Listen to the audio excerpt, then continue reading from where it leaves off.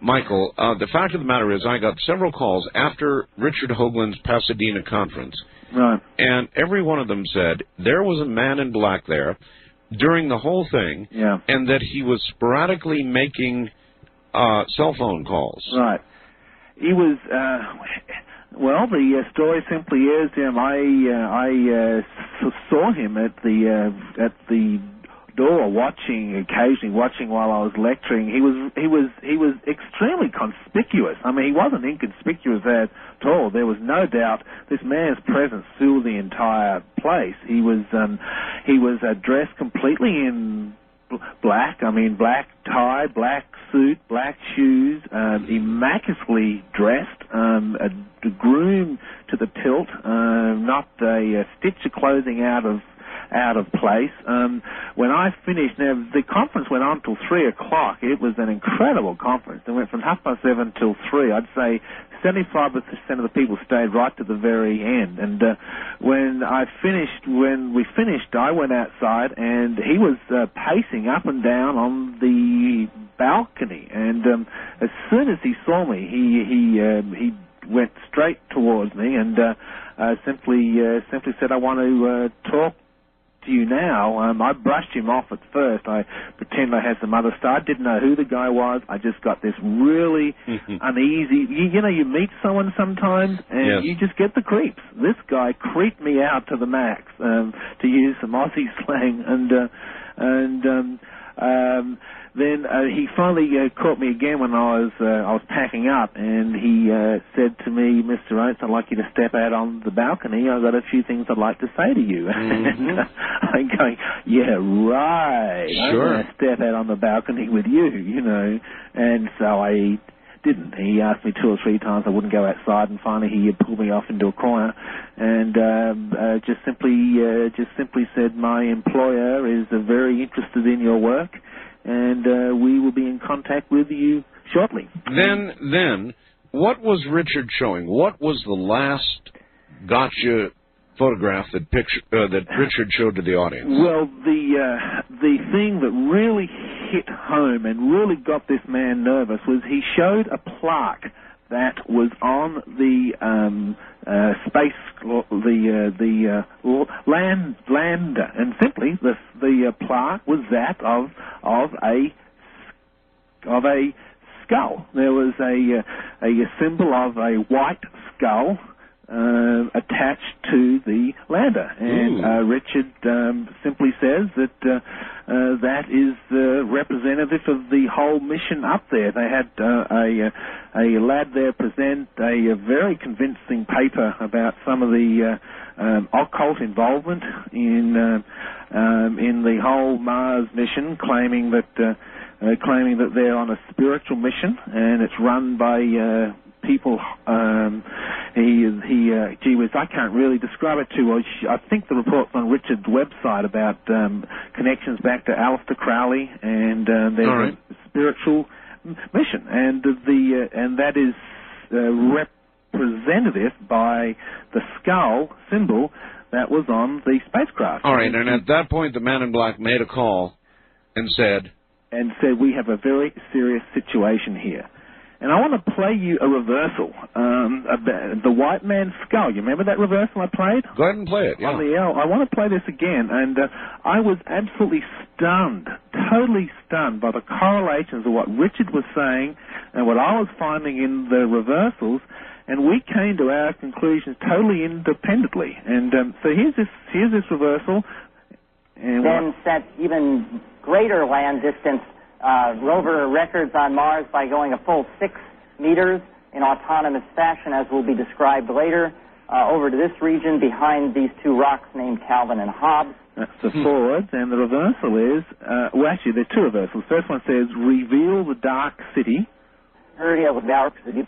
Reveal the dark city. And the second one says, "And the white man's skull, we see it now hidden." And the white man's skull, we see it now hidden. Oh, yes. The white man's skull, we see it now hidden. And we'll do it once more. And the white man's skull, we see it now hidden.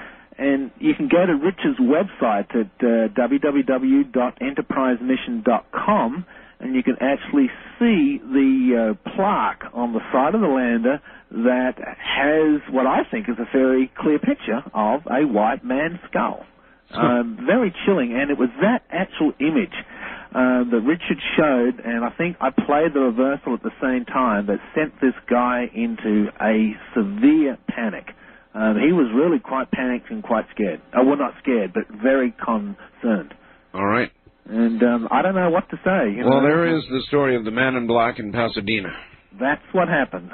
That's all I can tell you. And there was no way I was going to step out on the balcony with him. Don't blame you a bit. Yeah. How many floors up were you? Only one, but, I don't want to even for one. My daughter just fell off a brick wall. Oh, no, I can almost see the headline now. Reverse speech guru breaks neck in short fall from balcony. Right. Yeah, well, I didn't have any security people with me on that night, and knowing, I wasn't going to pat him down myself. No, David, no. All right, let us move on to some great classics. Okay, well, the first one I've got up is the classic one from Colonel Haynes in the Roswell press conference. Okie dokie, here we go. Let me read my prepared statement, and then we'll roll a short video that Captain McAndrew will talk about. And when he talks about the short video, he says, we faked it. Misfaked it. Misfaked it. There it is. Misfaked it. It just speaks for itself. And there's another one here on the Roswell one, too. If I can just... I can't see that off the top of my head, so we won't do it. Well, that other one was awfully clear. We faked it. Yeah. They don't come any better than that. No, they really don't. And let's look at the... what we'll do is we'll look at the famous Mars NASA broadcast that was... it still stands in my mind as the best broadcast that I've ever done on your program, and talking about the Mars missions. All right, was that the gentlemen that were on my program from NASA? Don Savage and Ray Villard. Yeah, see, that's because they were speaking, forced to speak, because we had so much time, extemporaneously, and they just let loose, so... Right. They had so many reversals. For the guests that I've done on your program, they had the most reversals and the clearest reversals of all. I think it's because they were talking very casually and naturally. It was just an extremely good condition for finding reversals. Okay.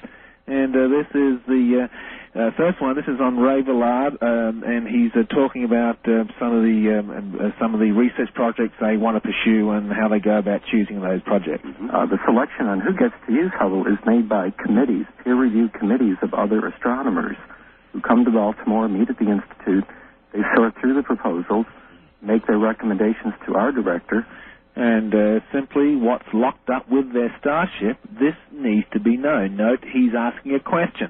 And my question back is, what starship? What are we talking about here? And again?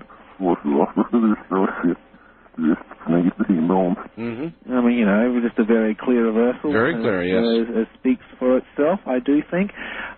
Here's one I haven't played again, and I've been wanting to play this one on your program ever since I've been back on it again. It's just an amusing reversal. They're talking about the space station Mir. What I've heard was they did have a couple of situations of, I think, a leak in a coolant system. And sorry?